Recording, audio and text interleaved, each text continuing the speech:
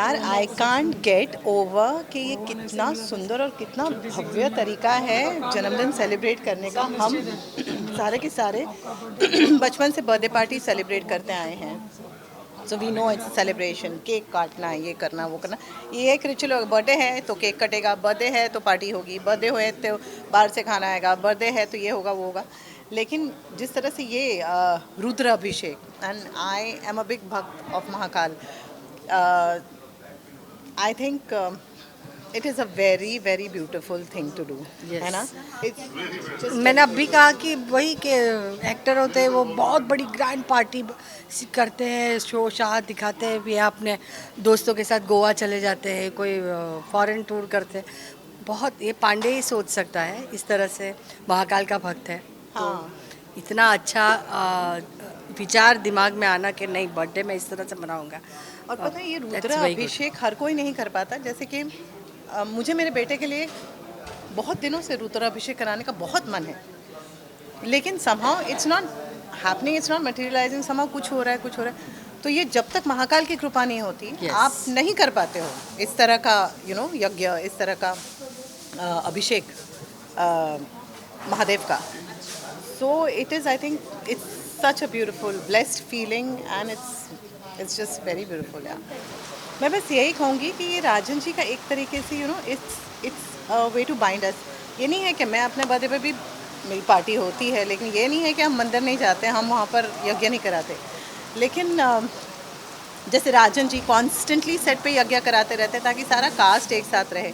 और यज्ञ का मेन मतलब यही होता है कि जहाँ करा गया वहाँ से नेगेटिविटी दूर हटे, और पॉजिटिविटी बनी रहे। भोग प्रसाद खाते हैं तो it becomes like a bond. चाहे इतने टाइम तक काम करते करते इट इज़ लाजमी कि लोगों के बीच में कभी कभी कुछ, अरे नहीं, सीन को लेकर ही कुछ कभी कभी हो जाता है, अनबन जैसा अनबन जैसे थोड़ा बहुत हो जाता है। तो जब आप एक यज्ञ के लिए एक साथ आते हो तो वो सारी जो छोटी छोटी दरारें वो भी सारी मिट के एकदम जुड़ के वो सब strong स्वाहा हो जाती है। स्वाहा हो जाती है। सारा जो नेगेटिविटी है उसे स्वाहा कर दो, बस पॉजिटिविटी फिर से एक नई लेकर शुरुआत। शो में आगे बढ़ो। एंड फिर से दैट एक इज़ नई वन ऑफ शुरुआत। मेन थिंग्स जो राजन जी के यहाँ पर सीखा है। And this the first time that Ashwin has come. I don't think you'll ever see him at any parties. You won't see him at मेरे क्लोजेस्ट फ्रेंड्स के मैं, हाँ, मेरा पैकअप लेट हो वहाँ से आता है तो मैंने कहा ना कि ट्रैफिक कितना था। बॉम्बे में रास्ते कहाँ हैं? बॉम्बे में रास्ते ढूंढने पड़ते हैं ना गाड़ियों को चलने के लिए। तो वो जो जहाँ पर 4-6 गाड़ियाँ चलनी चाहिए वहाँ पर 1 या 2 गाड़ियाँ चलती हैं। तो मेहरबानी है हमारे यहाँ के। थू थू थू।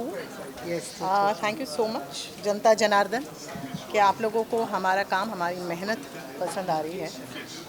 Twist and turns. तो अभी जैसे राजन जी हमेशा एक मुद्दा उठाते हैं जो जीवन में बहुत ही ज़्यादा इम्पोर्टेंट होता है। जैसे कि अब उन्होंने वो मुद्दा उठाया डोमेस्टिक वायलेंस वाला। हम उसी में मैरिटल रेप की बात कर रहे हैं, सेक्सुअल अब्यूज़ की बात कर रहे हैं in a marriage, which is a very very sensitive topic.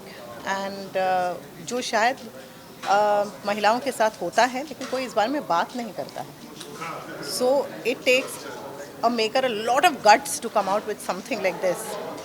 और ये नहीं है कि हम उसके ऊपर कोई अपना परचम लहराएंगे, हम कोई उसके भाषण ऊपर देंगे। हम कुछ करना चाहें। बस ये अगर कोई मुद्दा आता है तो it is just to create a thought in people's head कि अरे कहीं शायद हमारे यहाँ ऐसा तो नहीं हो रहा, चलो आवाज़ उठाते हैं। अनुपमा आवाज़ उठाती है, शायद हम आवाज़ खुल के बात कर बट खुल के बात कीजिए। बेसिकली अनुपमा में हर मुद्दा जो आता है वी टॉक अबाउट खुल के बात कीजिए।